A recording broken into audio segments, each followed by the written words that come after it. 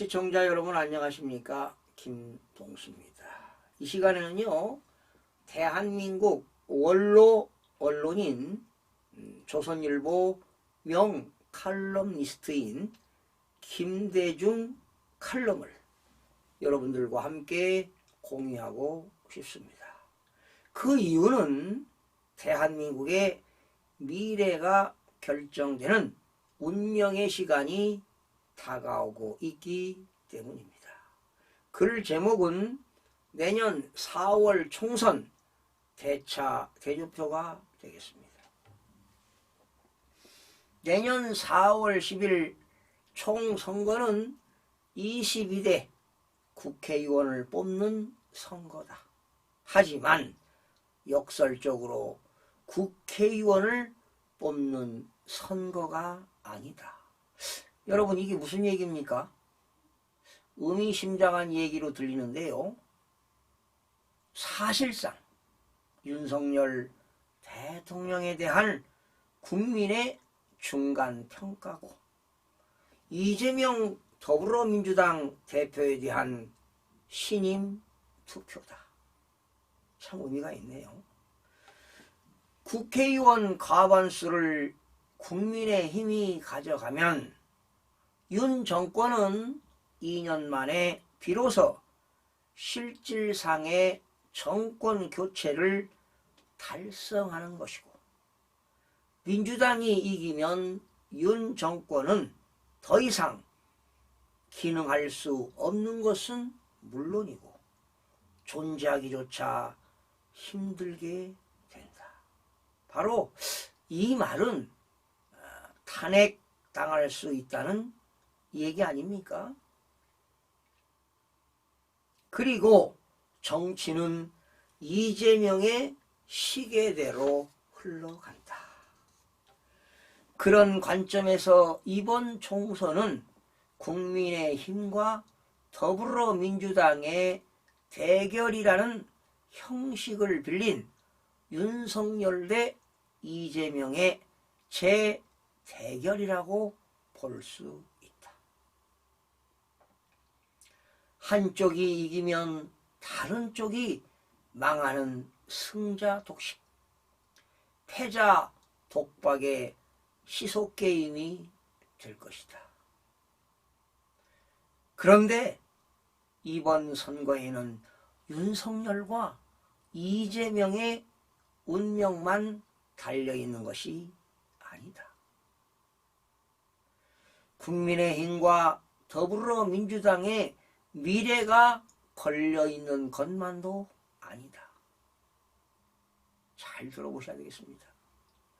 국회의원 개개인의 이해관계는 말할 것도 없이 의미가 없다. 관건은 대한민국의 진로다. 아마도 이 말은 대한민국의 국민들의 삶과 직결되는 문제가 아니겠습니까, 여러분? 한국의 체제관, 가치관, 세계관의 대립이다. 어떤 체제, 가치, 세계관을 가진 사람과 집단이 다수를 차지하느냐에 따라 한국의 미래의 지평과 지형이 결정되기 때문이다. 참 의미 있는 말입니다, 여러분. 심각한 문제가 아닐 수가 없습니다. 정말로 대한민국의 국민들이 죽고 사는 문제가 되지 않을까, 이런 염려가 됩니다.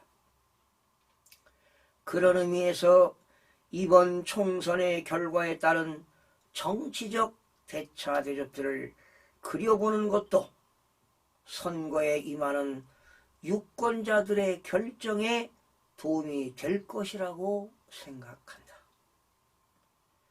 국민의힘이 국회의 과반을 얻게 되면 윤 정부는 일단 안정을 확보하고 나라를 이끌어가는 동력을 얻게 된다.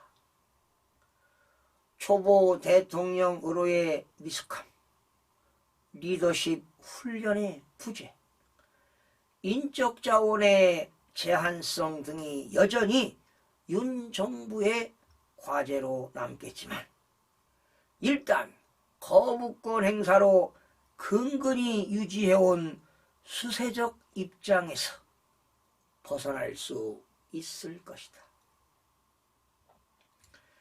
무엇보다 국가 운영에 큰 걸림돌이었던 소수 정권의 불구성에서 벗어날 수 있어 국정의 일관성과 연속성이 기대된다. 국민의힘이 선거에서 패배하면 윤 대통령의 정부는 사실상 기능을 상실한다. 국민의 과반이 대통령을 불신한 것이기 때문이다. 대통령 임기 안에 또 다른 선거는 없다. 그래서 마지막 평가다. 더욱이 기고만장한 좌파 세력의 폭주 앞에서 대통령은 촌각도 살아남을 수 없다. 레임덕이 문제가 아니다. 임기와 상관없이 물러나는 것만이 선장 없는 나라의 혼란과 참담함을 면하게 하는 길이다.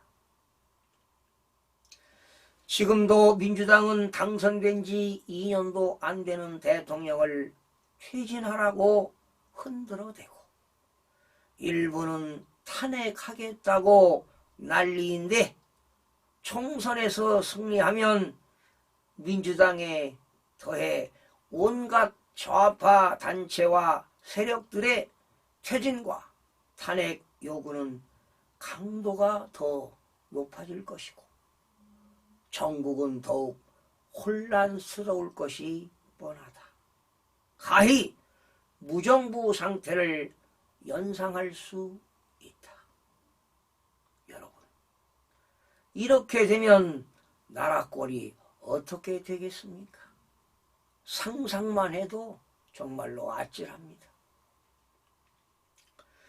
윤 대통령에게 애국심이 있다면 임기를 구실로 이런 난국을 방치하지 않을 것이다. 우리는 또다시 대통령 선거를 치러야 하는 사태에 직면할 것이다.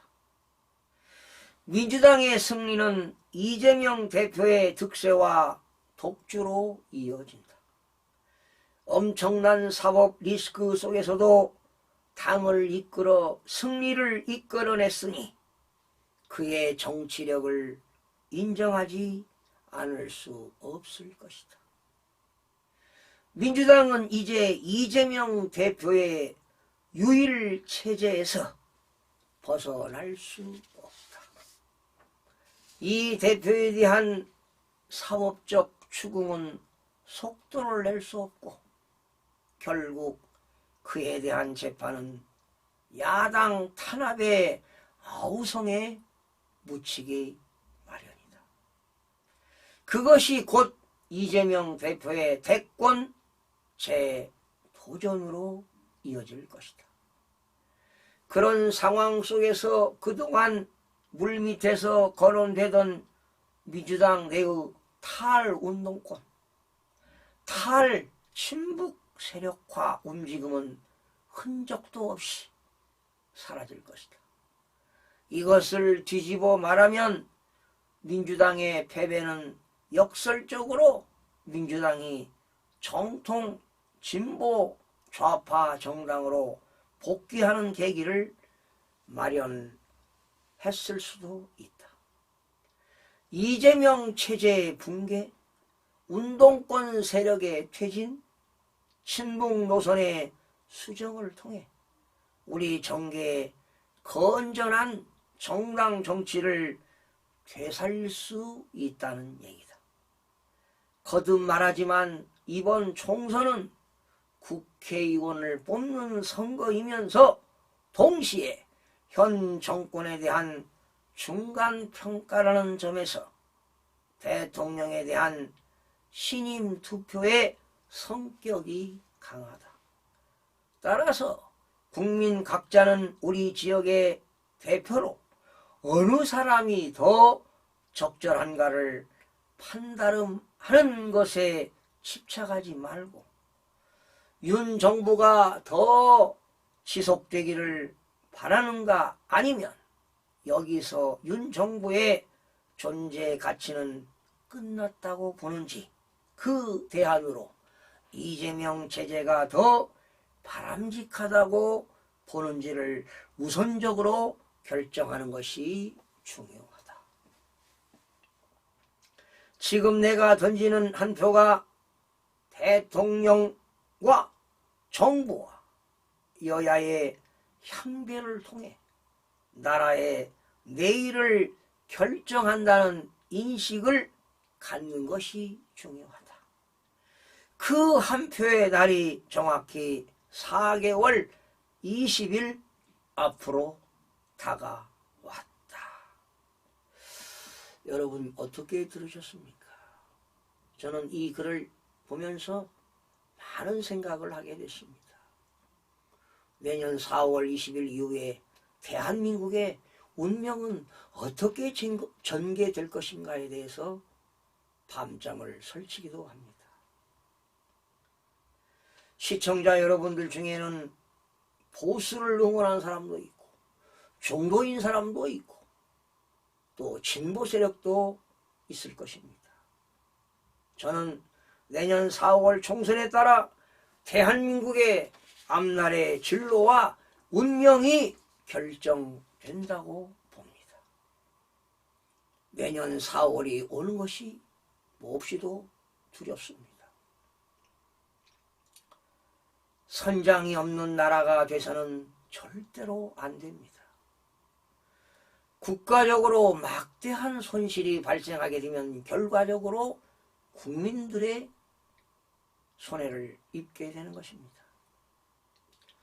윤석열 대통령이 기능을 상실하지 않고 맡겨진 임기까지 국정을 잘 살피고 마무리되기를 기원해 봅니다.